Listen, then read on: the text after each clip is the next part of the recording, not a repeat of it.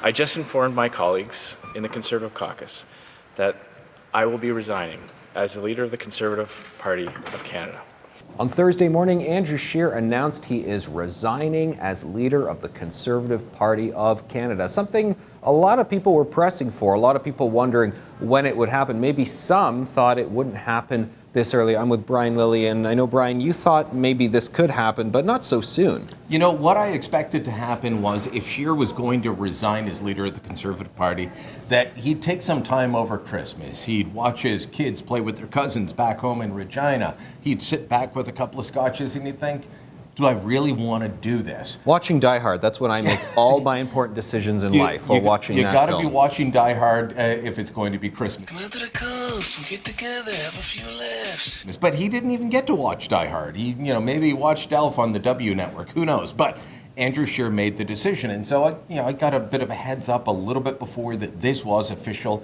It was going to happen. So this was late Thursday morning. It became official. The decision was fully taken and informed to his staff, to close aides, to confidants on Wednesday evening. And you and I have been around politics a long time, Anthony. We've heard people say, I'm leaving to go spend more time with my family. Right. And you never believe them. As I'm getting older, I believe them a bit more and more. When you realize this is a guy with many small children. I think he has 5 children. He's got 5 kids, all under the age of 14. I'm told that is exactly what it is. That, and look, I'd had a private conversation with Scheer. I've known him since he was a 25-year-old Newbie MP.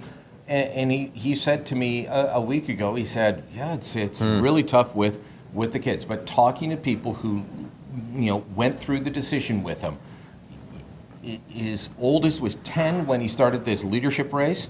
He's now 14. Does he need to be going through this at this point? There's been a lot of claims about other things. Well, let's hold on exactly a second, true. though. Well, one of those claims is just the more broader point that a lot of people within the party weren't unhappy with him, and he was going to be facing a leadership review in April that maybe he would have won, maybe he would have lost. So is it entirely the family, or is it entirely, well, the knives are out for me, so maybe I better go out on my own terms? Okay, so there was a poll done by someone close to the party who looked at just talking to party members. He would have had, above Joe Clark level, would he have been at Stephen Harper 84%? Don't know. We never got to the leadership review, but it would have been north of 70% that he would have received in a leadership review. So he could have won the leadership review. He was informed of this and still made the decision, I'm stepping down.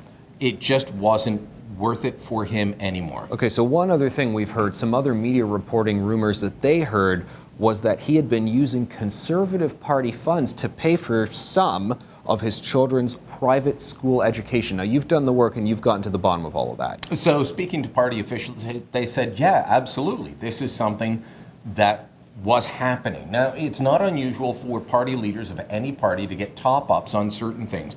Dalton McGuinty had a house paid for when he was Ontario Liberal leader. Tim Hudak, Ontario PC leader, had a house paid for. The Mulrooney's took all kinds of money from party funds with the knowledge of the party. The party helps you up. It tops you up a bit from what your publicly paid salary is. And my understanding is that what the party agreed to pay for Jill and Andrew Scheer was the difference between what they would pay for their private school Catholic education in Saskatchewan versus the higher rate that they were paying in Ontario. And the party said, we're not going to pay for all of this, but we will pay the difference.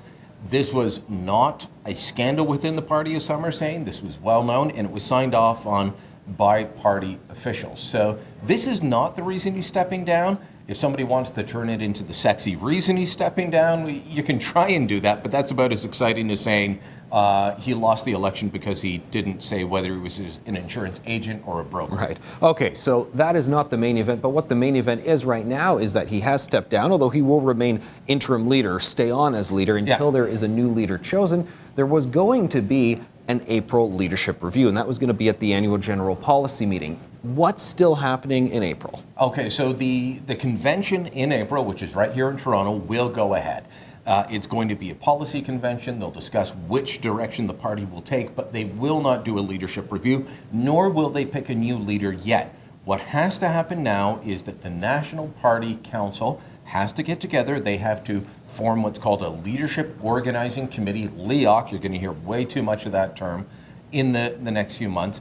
They'll set the rules for leadership, and then from there, people will step forward and say, I'm running, I'm not, and they'll go forward. But So what's they're the not picking latest this anyone. could maybe happen? It looks like they're going to take their time with this process. They could decide to do a 6-month leadership campaign. They could decide to do a year and a half.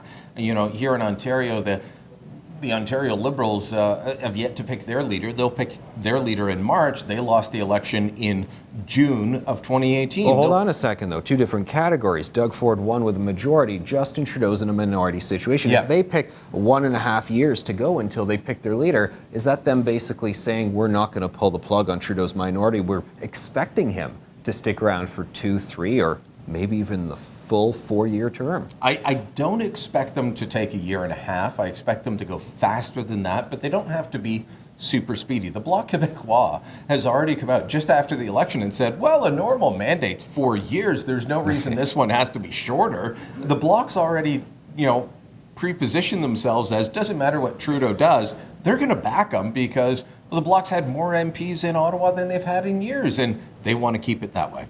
All right, a little different for the Conservatives, and we're going to hear a lot of conversations about names coming up soon. Who's next? And we'll get to that conversation when we come to it. Thanks, Brian Lilly. Thank you. Don't forget to share this video and leave your comments below.